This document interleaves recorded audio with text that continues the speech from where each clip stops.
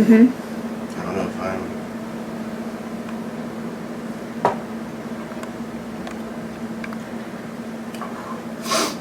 Wow.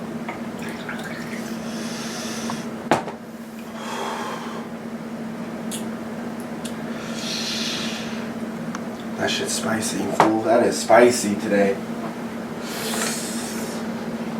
Wow. Holy cow.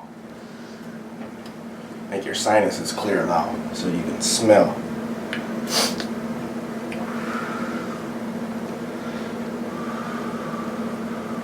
Let it all out.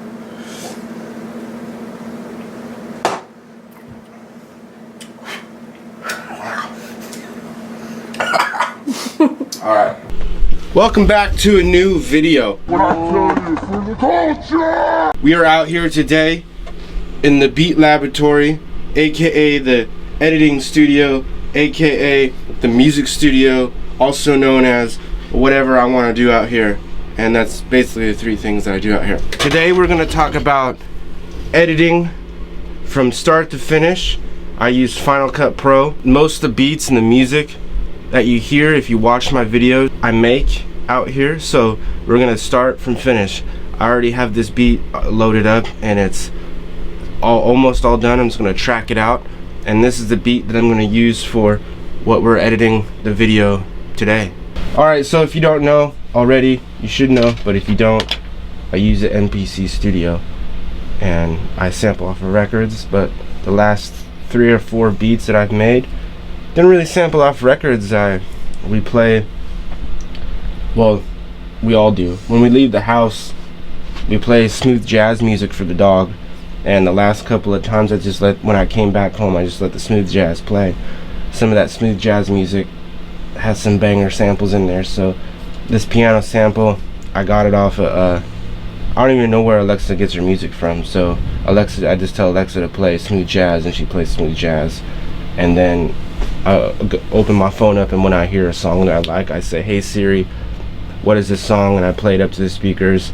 And it pops up on iTunes, and I take a snapshot of it, and then I come back out here, basically rip it off of YouTube. That's how I started making beats before I got a record player. I used to just sample off of, it's almost the same thing. You're just using the internet to digging in the internet instead of like going to a physical record store and digging through the records, because I have too many records. Those aren't even half of the records. We have more records over here, and then I have a secret stash away spot. I have like a 30 gallon tote full of records categorized from whatever, from country to whatever. But I've sampled so many records, and yeah, that's cool. The way to do it is sample off records, but last couple of times it's not laziness, it's just a different way of making music. This is what I have. I looped it up. I used a drum loop. I chopped up the drum loop and then threw it in the timeline. It's like sloppy, but it sounds cool, so this is what we got.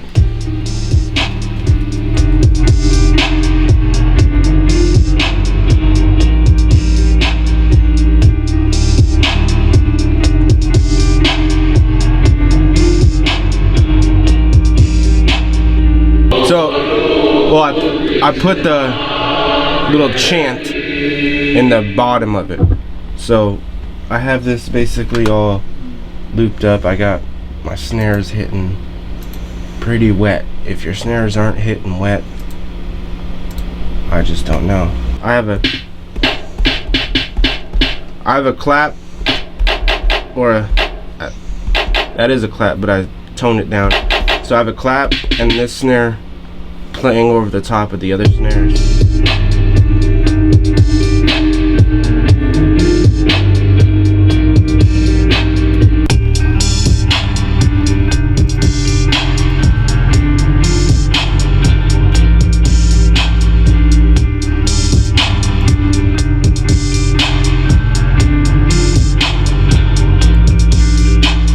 The way that I sequence out my tracks is very basic.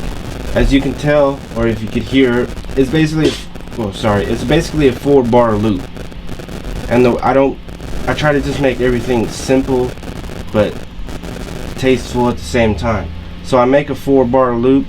I've sampled and I've done an 8-bar loop before, and I've also doubled up 4-bar loops to make 8-bar loops, and everybody just makes beats different. So the way that I make beats, the way that I was taught, or the way that I learned, was I just do it with a 4-bar loop, and then I go up to, well, on this machine, everybody's machine is different, or the program or whatever you use is different.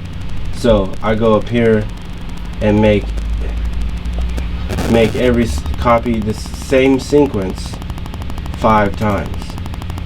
And then I go back through it and I take stuff out and add stuff in, take stuff out, add stuff in, mute stuff, and that's the way that I track out my beats. So I made the beat on the MPC, I exported the beat into a WAV file, and I always export it to my desktop just so I know where it's at. And I have a whole bunch of different file folders to where, like, I have one that says new beats. So when I'm done using this beat through the process of what we're going to be making it with, I put it in the new beats, but I also throw it into my iTunes to where my new beat tape or section of beats that I'm making, I have 3 in the tank. So I got 3 done already for the new beats that I'm making. I shoot my videos, I try to shoot videos every day, or try to get footage every day. So the way that I do it is I import my footage into file folders onto my hard drive, so I can just go back. So I know this is a Wednesday video, so I go down here to Wednesday, and all the footage that I shot for Wednesday, or whatever I have here that it's in the Wednesday file, I select import and just import all the footage. I threw some clips onto the timeline, and I used my GoPro for this footage. I use multiple cameras sometimes during the day just because that's what I do sometimes. Like when I'm doing something simple, I'll bring the GoPro because it's easy to do. Sometimes when we're just out and about, I'll use my phone. I only use my phone like to talking. I never shoot like skateboarding on the phone. If you follow me on Instagram or whatever, most of my stuff on the gram is shot with a real camera, or the GoPro is a real camera, but mostly real camera stuff, not with the phone. So what I do with the GoPro footage is I lay it down on the timeline, and because I don't have a microphone for the GoPro yet, so this is what I do. So basically this whole clip I can make into one clip. So there's 1, 2, I forget how many clips I have right here, but we're gonna make this into one giant clip. So we go up to file up here and go to, I don't even need to go to file because I got double, I can do it from my mouse. So I selected all the clips, and then I can go here and hit new compound clip, and then this one I can name GoPro 1, and now it's one giant clip. Even though that it's multiple clips, I made it into one clip because I figured out even though that, like, yeah, you could get a microphone for your GoPro, I did this little thing right here when you go to the settings in audio and hit all, and then I go down here and I made one called voice, and then I made this one called voice, and it makes the audio, boost the audio up just a little bit. Welcome back to a new video. We're out here today. Okay, I boosted up the audio with a audio effect that I made, and I named it voice, and I know that's the one that's gonna boost the levels up on the GoPro. Even if I didn't have a microphone for my actual cameras, I'd make one. I made one time for when I had a broken camera, and I made an effect. The camera was broken, so I couldn't plug in a microphone, and the audio was all goofed up, so I made a preset audio effect to where it boosted up one side of the level and made the other level itself out. I didn't need to get a microphone for my GoPro because I already made a preset that was voice for a different camera, and I used that same preset that I named voice, the audio preset, and I drag and dropped it just to test it out one time, and it worked out just fine. I shoot my GoPro footage at a flat profile. Try to shoot it as a flat profile, and that means it's just the colors. It's not auto, it's not manual, it's just dull. So the colors are like dull. So you can boost up and brighten up the colors all you want, because I can go to here, because I have all these presets that I made. This is how it makes the editing process a little faster. And you go here, and then you can just make it. See, I named this one number 2. See, I have 2, I have 4 for something different, I have 41 for something different, and then I have a whole nother preset deal down here. I know in the garage number 2, and if I use the GoPro, it's a preset, I just named it number 2. They're all named goofy weird things because I'm the only one that uses my computer. And when I shoot it, I just have an idea. I know in my head when I'm shooting what I'm gonna do already. I don't write this stuff down, it just is in my head. So I use number 2 because it's enough and looks good on there. So I use number 2 and I just let it render, and then I go back and edit some more. Well, I edited a bunch of clips and I put them together and I made one big compound clip. So I made a big compound clip, and I want it to match the exact same thing that I did over here when I was talking.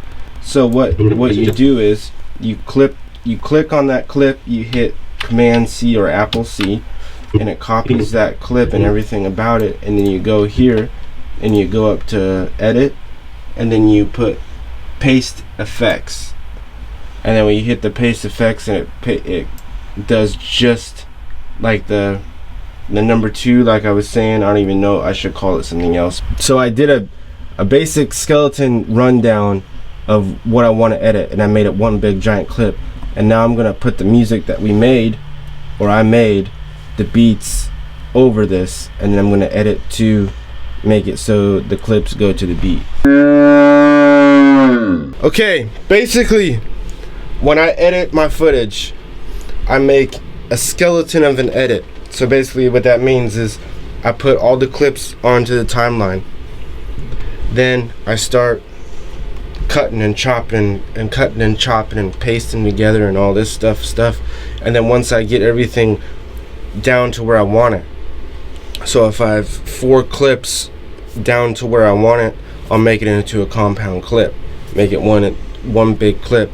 So after all my timeline is done, it'd be between like a 10-minute, 15-minute video. It looks like one big giant clip, but it's not. It's all chopped up and edited and music put together.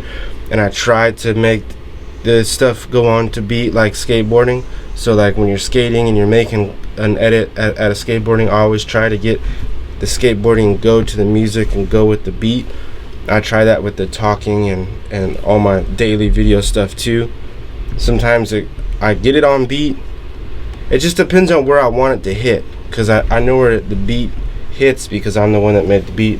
So like I said, I use Final Cut. I've used Final Cut since Final Cut is actually been around, like since its beginning of time. I don't know how long that is, however long Final Cut is, how long ever Final Cut's been around. Google it and tell me in the comments. That's how long I've been using it. So again, we're out here Monday, Friday, and this is just a little short video of whatever this is. If you learned something, that's great. If you didn't and you're just watching to watch it, that's cool too. So we're out here those days, and see you soon.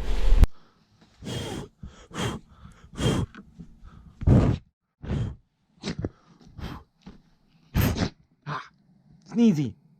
Ah.